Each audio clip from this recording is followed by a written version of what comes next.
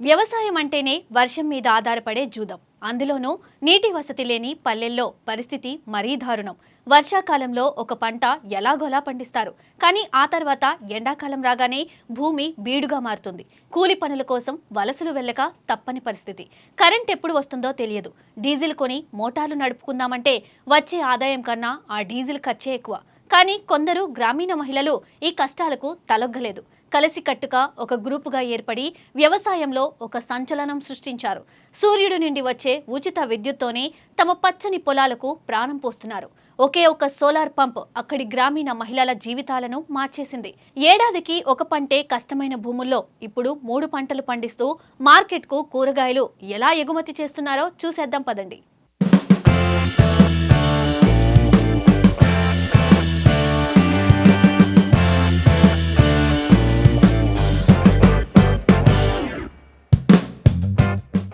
నీరు ఉంటేనే ఏరు, ఏరు ఉంటేనే ఊరు అని మన వ్యవసాయంలో ఓ సామెత ఉంది.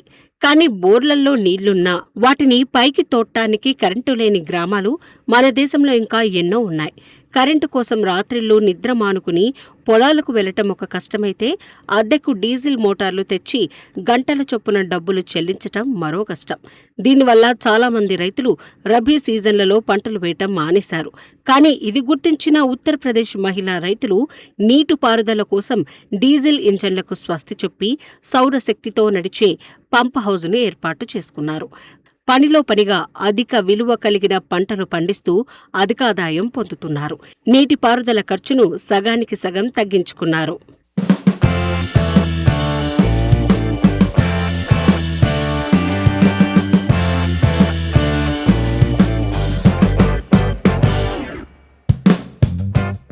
ఉత్తరప్రదేశ్లోని బహ్రైచ్ జిల్లాలోని రామ్వాపూర్ గ్రామంలో మహిళా రైతుల బృందం ఎండను ఉపయోగించుకుని సాగునీటి సమస్యకు పర్యావరణ హితమైన మార్గాన్ని కనుక్కుంది.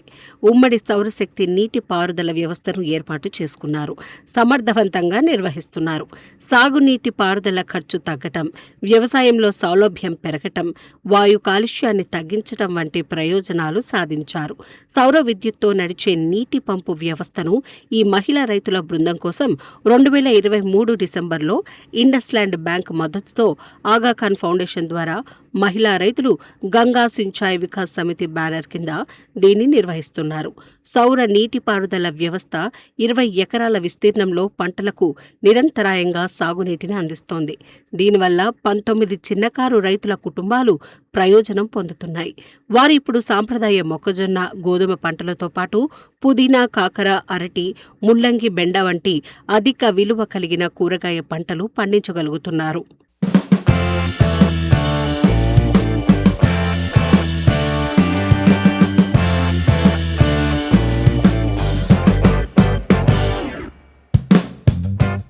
ఒకప్పుడు ఈ మహిళా రైతులు తమ చిన్న కమతాల్లో సాగునీటి కోసం పక్క ఊరి నుంచి అద్దెకు డీజిల్ ఇంజన్లు తెచ్చుకునేవారు.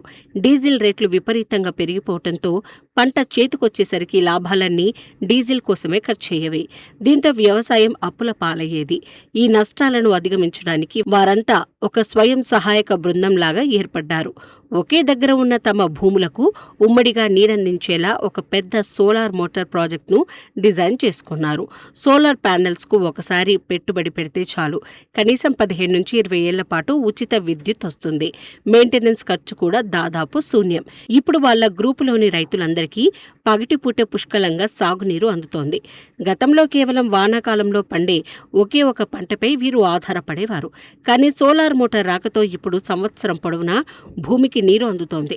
దీంతో వారు వేసవి కాలంలో కూడా కూరగాయలు పండిస్తున్నారు. వేసవిలో కూరగాయలకు మార్కెట్లో మంచి రేటు ఉంటుంది.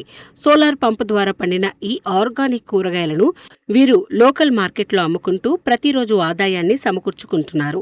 ఒకప్పుడు భర్తలపై లేదా వడ్డీ వ్యాపారులపై ఆధారపడిన ఈ మహిళలు ఇప్పుడు తమ సొంత కాళ్లపై నిలబట్టమే కాకుండా తమ పిల్లల చదువులకు, ఇంటి అవసరాలకు ఆ డబ్బును వినియోగిస్తూ ఆర్థికంగా బలపడుతున్నారు.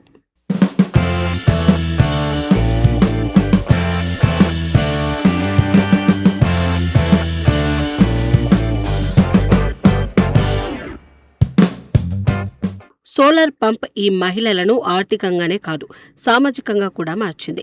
వారు నీటిని ఒకరి పొలానికి మరొకరు పంచుకుంటూ సమిష్టిగా వ్యవసాయం చేస్తున్నారు. దీనివల్ల ఎరువులు కొనేటప్పుడు తక్కువ ధరకు హోల్సేల్గా తెచ్చుకుంటున్నారు. పంటలు అమ్మేటప్పుడు దళారుల బెడద లేకుండా అందరి పంట కలిపి ఒకేసారి ఎక్కువ రేటుకు అమ్ముకుని లాభాలు పంచుకుంటున్నారు.